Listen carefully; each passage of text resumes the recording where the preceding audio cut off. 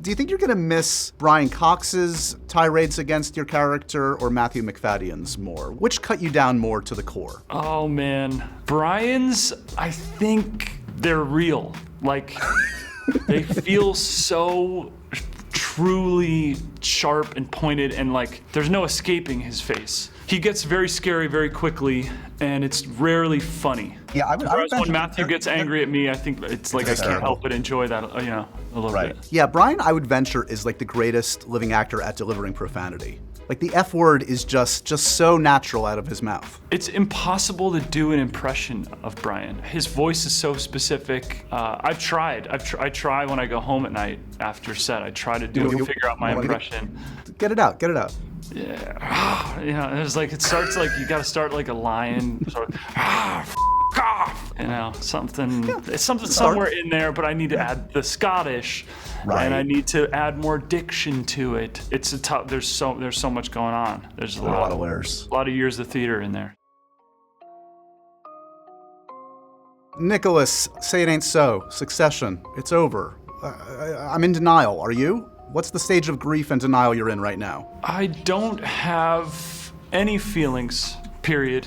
I'm just apathetic. I don't feel any which way. It's like I just want to see the episodes. I'm so proud of the season. Like I'm kind of more focused on just like objectively, we did a really good job. The scripts are the best they ever were. The performances were incredible to watch when I was in scenes with people. So I'm not really thinking about the future. I'm not really good at that. I just don't do that really. I just think about like what we did, what we made. It's going to be very good. Talk to me a little bit about the emotions on the last day. Were you more emotional on the last day of Succession or on the last day of Sky High?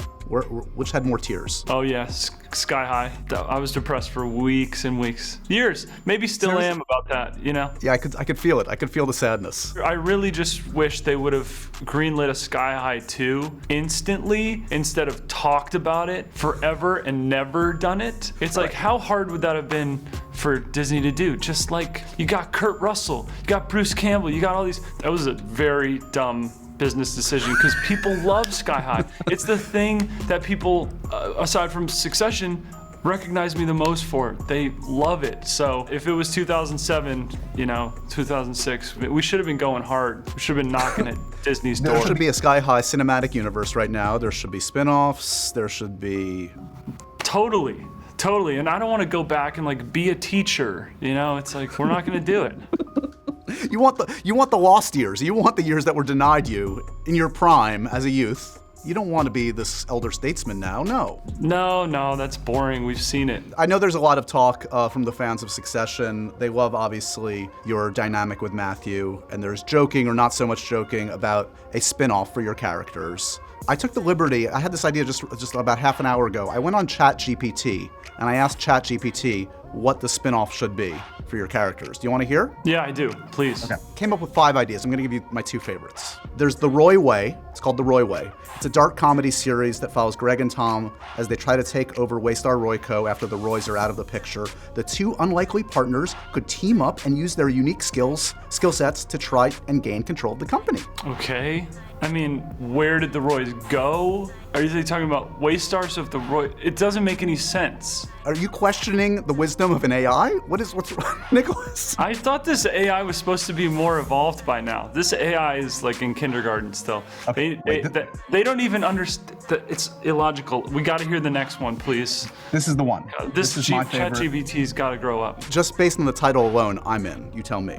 It's called Gregory's Way. Okay, it's got to be another way. It's a drama series that follows Greg as he navigates life as a millionaire after inheriting a fortune from his grandfather. With newfound wealth comes new challenges, and viewers could see how Greg handles the responsibility of managing his newfound riches. Yeah, that's better. It seems a little simple. Like, how do you stretch that out for a long time? I feel like he's got to do something else.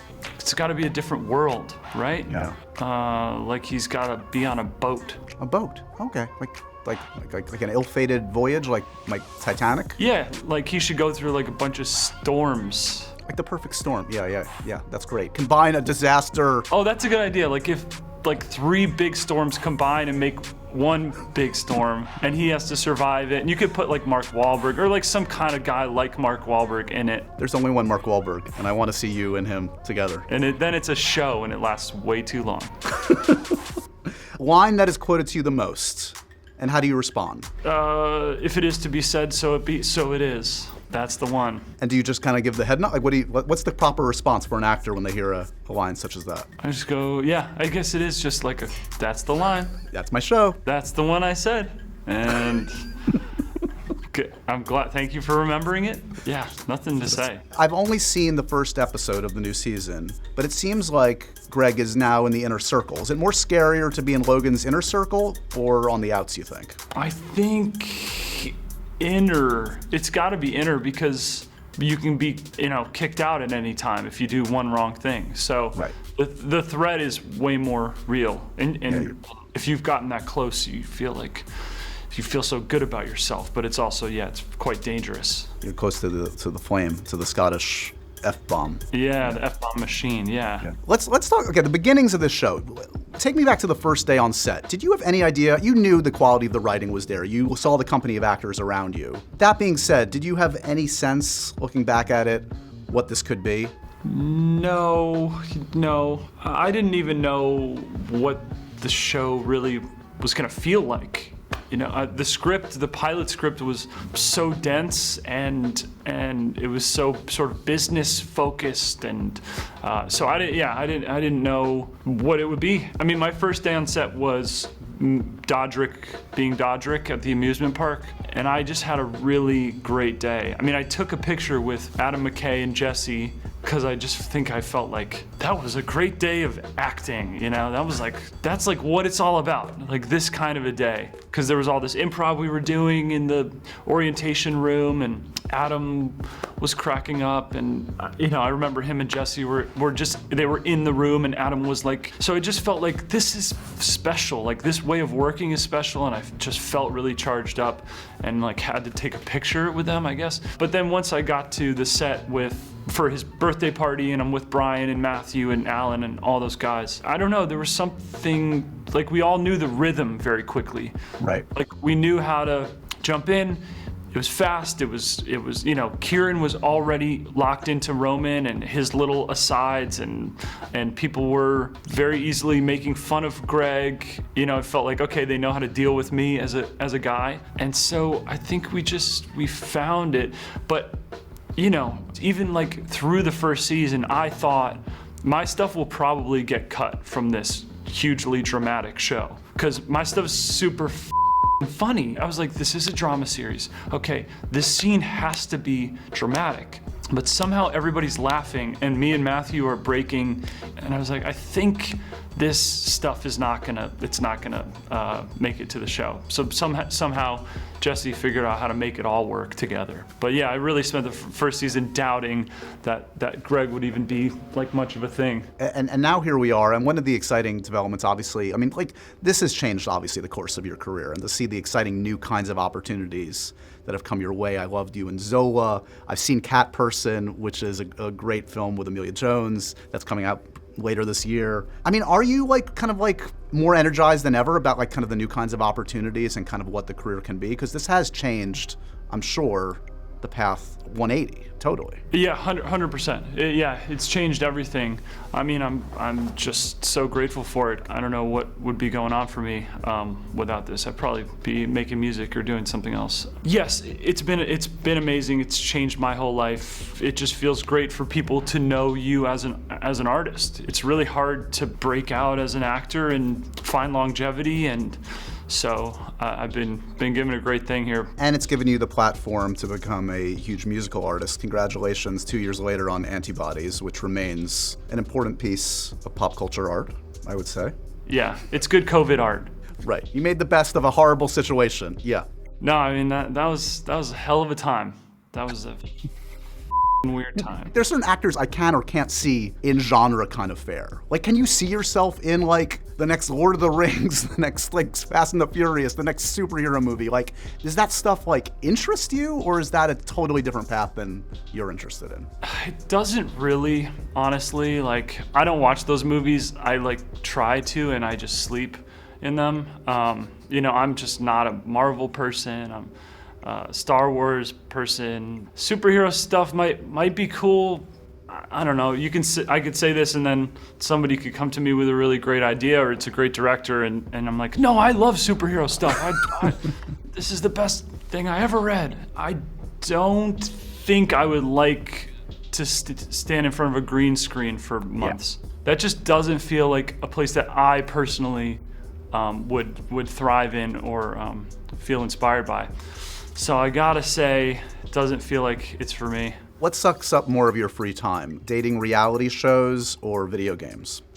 I go between both. Those are phases for me. And then I'm also in like a big FIFA phase right now. I play a ton of FIFA. I'm addicted to FIFA. I'd like to think I'm good, but I can't beat some of these people, some of these strangers that you pair up with. And it's super frustrating. I've just hit a wall in terms of my skill level. And I started watching YouTube videos to try and learn how to play better. And even that really hasn't helped me. So yeah, that's been tough. I feel for you, man. Have you been offered The Bachelor? I'm sure you're offered that gig multiple times. Are you interested? No, I'm open to it. It. Although, if it's on a boat during a storm with Brian Cox steering the boat? Yeah, so would Brian Cox be like a co-bachelor, or what would he be in the... It would be great if you are the two co-bachelors, or he could be the host. He could be a great host. I'd rather host him being on The Bachelor. Finish strong. Finish the sentence for me. The finale of Succession will make me feel... Complete. Oh, wow. It's a high bar. Okay. So better than the Game of Thrones finale. I never watched Game of Thrones. Okay, well there you go. There's our easy answer. Yeah, I haven't watched a lot of these shows that people actually haven't watched the finale of. I don't like finishing shows. I don't like starting them, but I also don't like finishing them. You like coming in the middle? Just the middle couple episodes and then peace out? Yeah, like Band of Brothers, like I watched all the way up till the last episode. Breaking Bad, I watched all the way up to the last season. Mad Men, I watched all the way up to the last season. The Office, I watched up through, you know. I don't want to put you on the couch, but you have trouble with closure. You don't want to say goodbye. Right on the money. And this has been a great session with my therapist. Pay the secretary on the way out. Nicholas Braun, it's been a pleasure. I'll leave the cash on the dresser. That's the classy way to do it.